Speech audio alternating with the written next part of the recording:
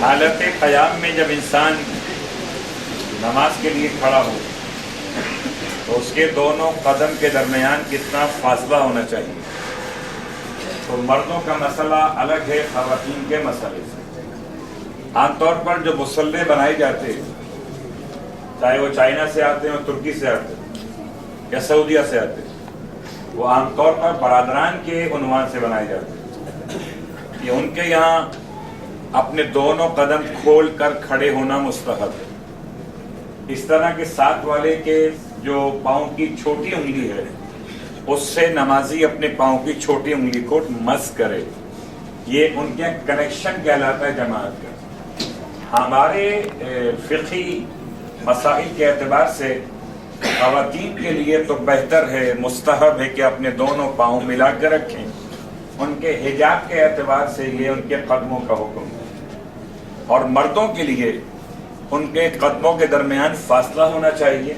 مستحبات اور آداب میں سے یہ ہے کہ کم از کم اتنا فاصلہ ہو کہ 4 کھلی ہوئی انگلیاں یا بہت سے بہت 1 بالش کا فاصلہ ہونا چاہیے۔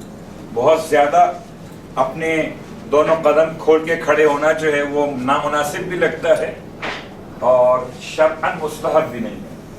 تو بہت مناسب انداز سے کھڑے ہونا کہ اپنے پورے ویٹ کو اپنی باڈی کے دونوں اپنے پاؤں پر بالکل برابر ڈال دیجیے۔ ایسے کھڑے ہونا کہ ایک حصے پر آپ کا ویٹ ہے، ایک بھی ویٹ نہیں ہے، یہ کراہیت میں آئے گا۔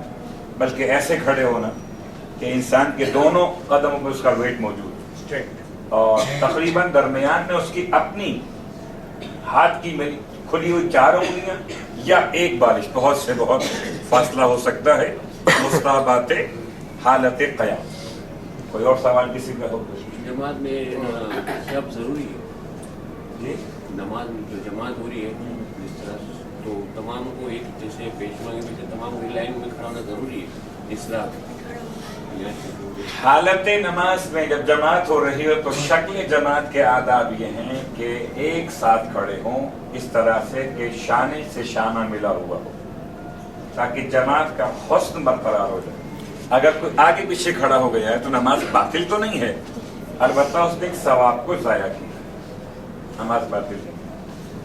کوئی اور سوال کسی کا؟ ایک نماز کے دوران میں یا بغیر نماز کے کتنا باڈی کے اندر خون نکلے تو نجس کہلائے گا؟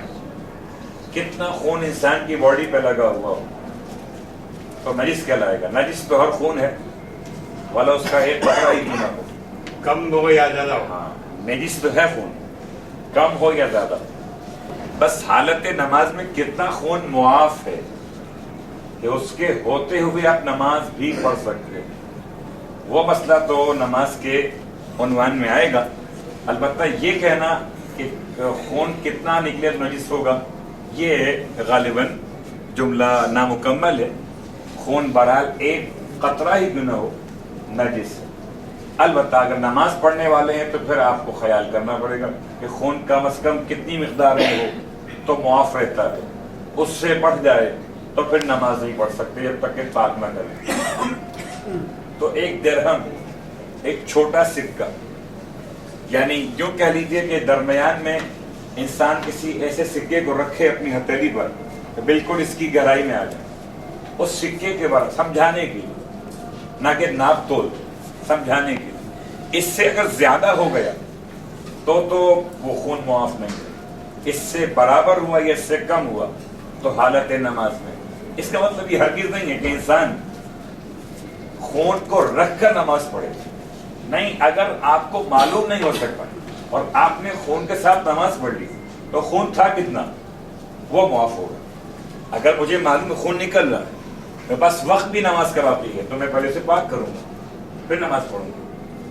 یا کبھی زخم ہو جاتا ہے اور خون وہاں سے رس رہا ہے تو پھر اس مسئلے میں وہ پھوڑے اور پھنسی کا جو مسئلہ آتا ہے، خون کا زخم ہو جانا، اس زخم کا احاطہ کتنا ہے، خالی اپنے مقام پہ خون باقی ہے اور باقی اور تمام ایریے میں خون لگا ہوا نہیں ہے، اور وہاں سے خون ختم کرنا ممکن بھی نہیں ہے، تو پھر وہ نماز کے لیے معاف قرار دیا جاتا ہے۔ کوئی اور سوال نہیں؟